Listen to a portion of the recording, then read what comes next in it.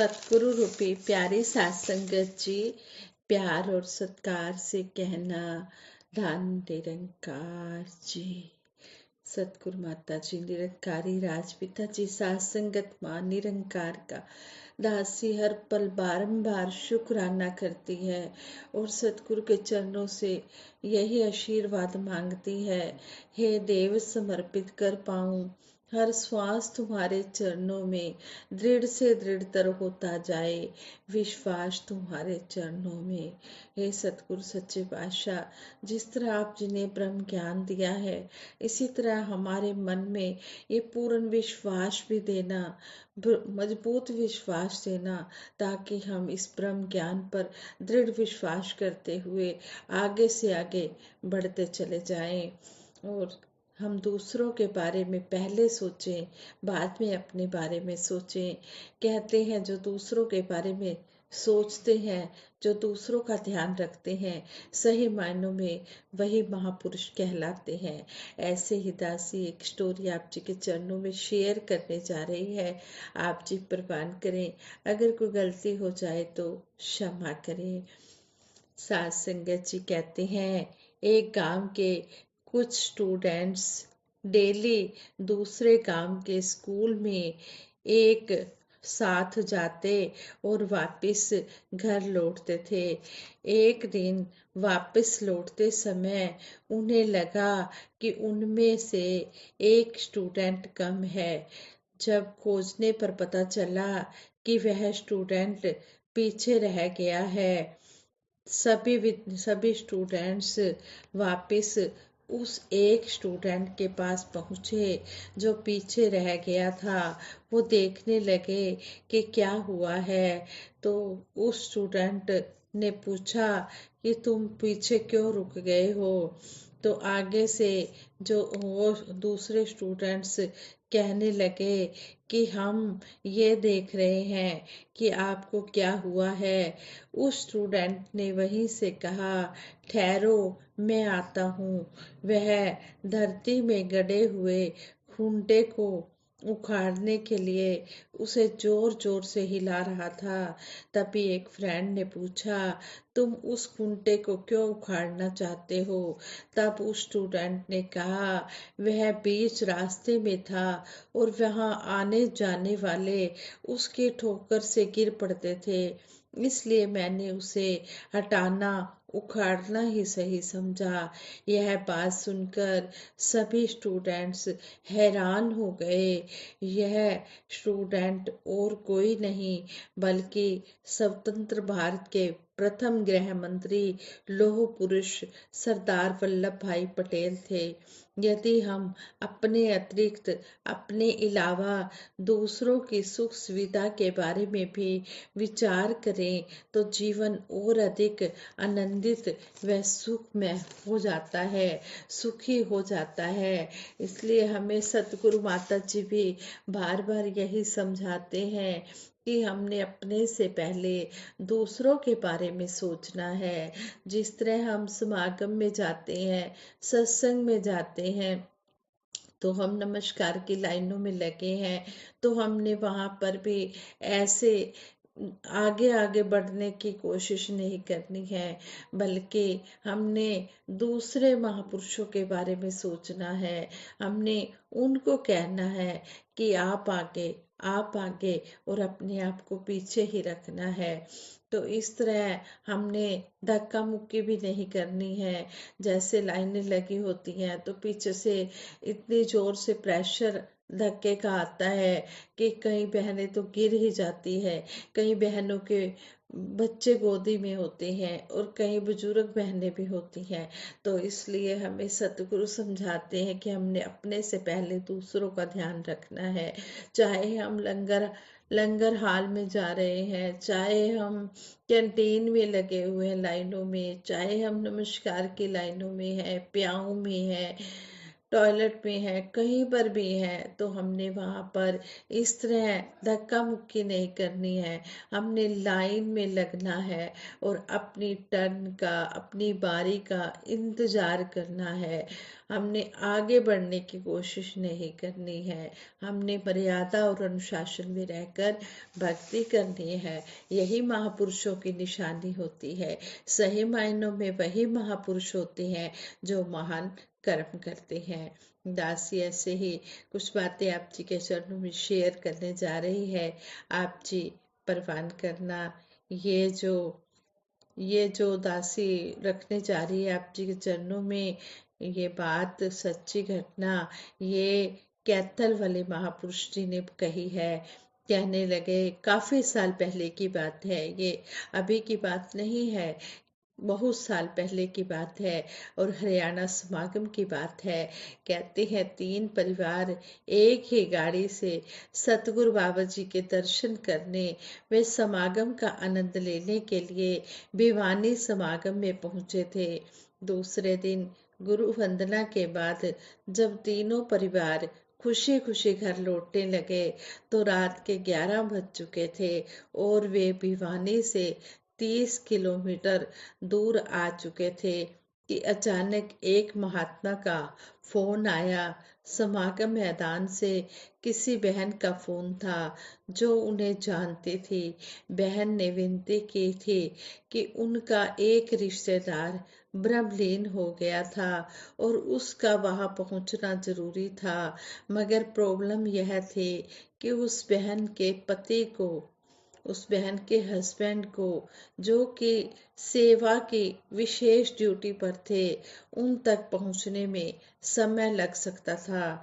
इसलिए वह बहन चाहती थी कि महापुरुष आकर उनके पति को ढूंढने, वह उन्हें स्टेशन तक पहुंचाने का अरेंजमेंट करे ताकि वह जल्दी से जल्दी अपने रिश्तेदार तक पहुंच जाए।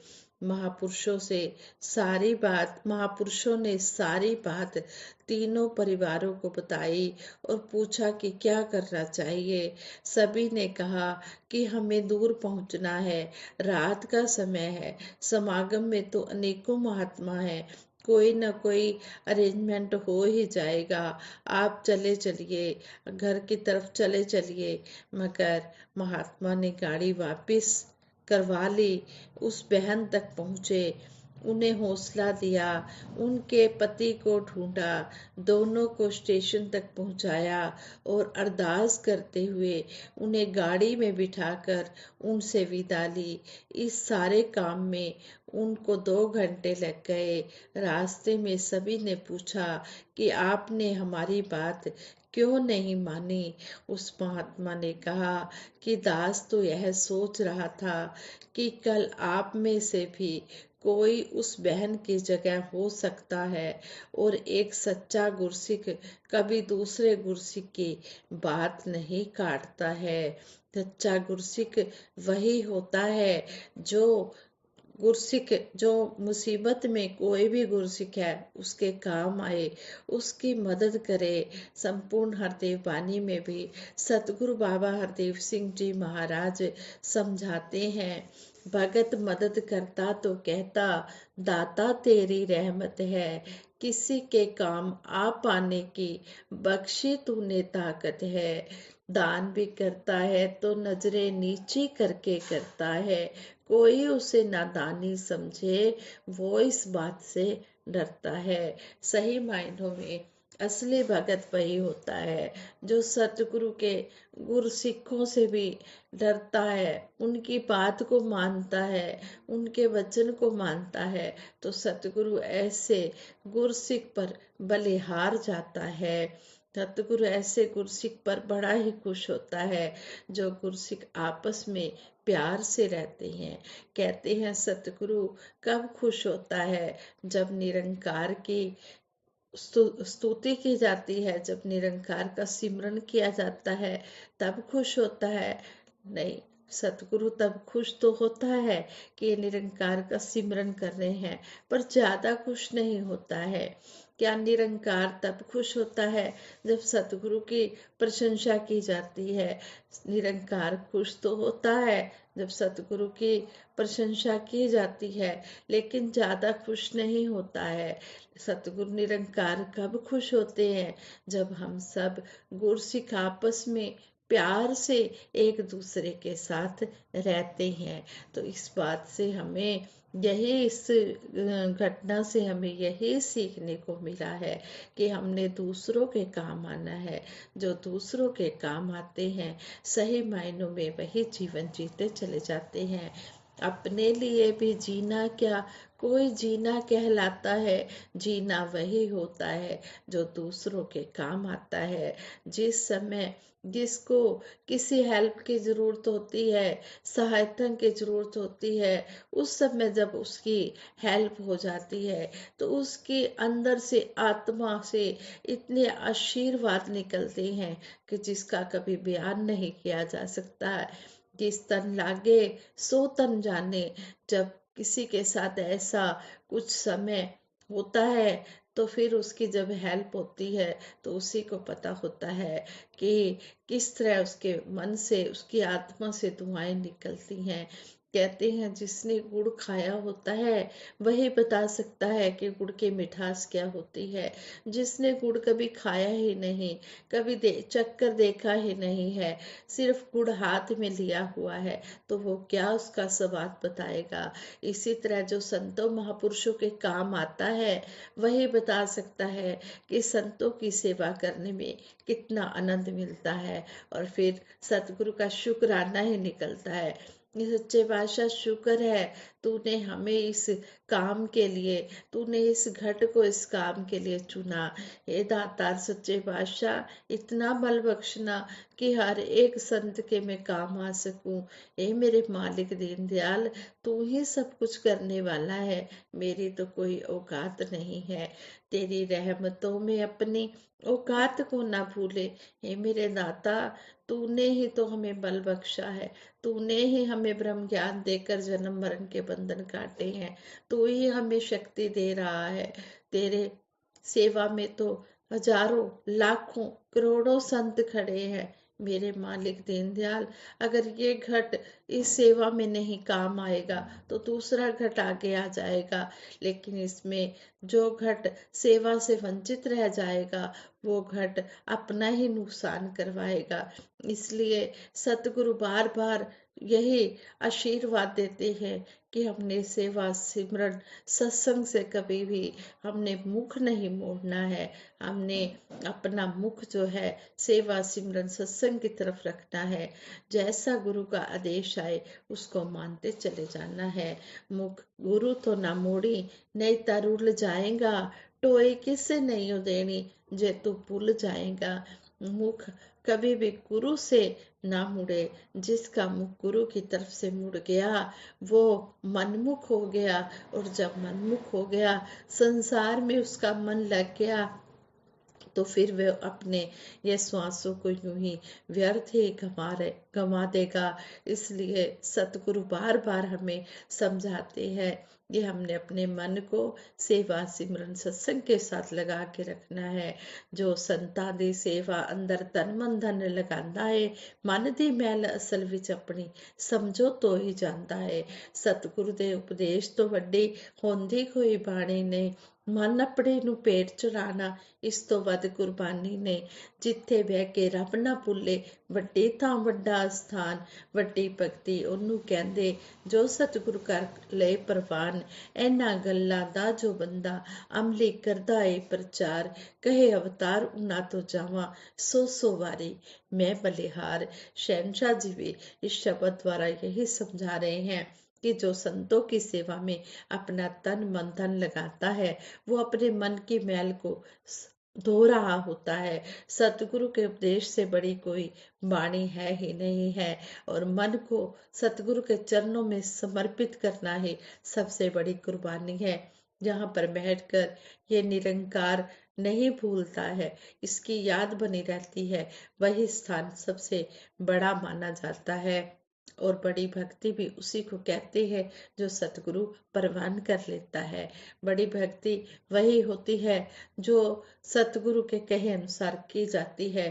और फिर कहते हैं कि ऐसे संतों भक्तों पर सतगुरु बलिहार जाता है।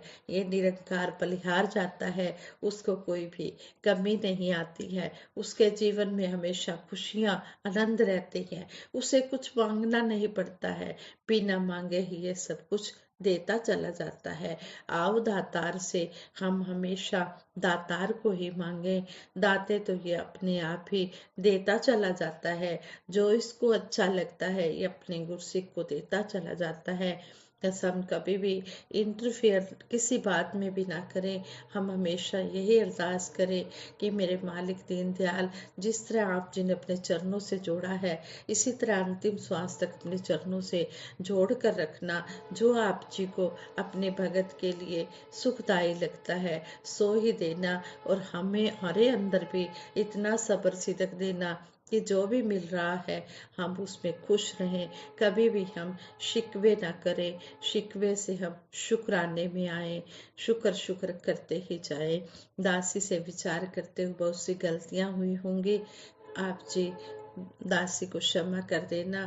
बातें तो और भी बहुत हैं, लेकिन समय के कारण समय इतना नहीं है, इसलिए दासी इन्हीं शब्दों से आप जी के चरणों में धन निरंकार करती है। साथ संगत जी प्यार से कहना, धन निरंकार जी।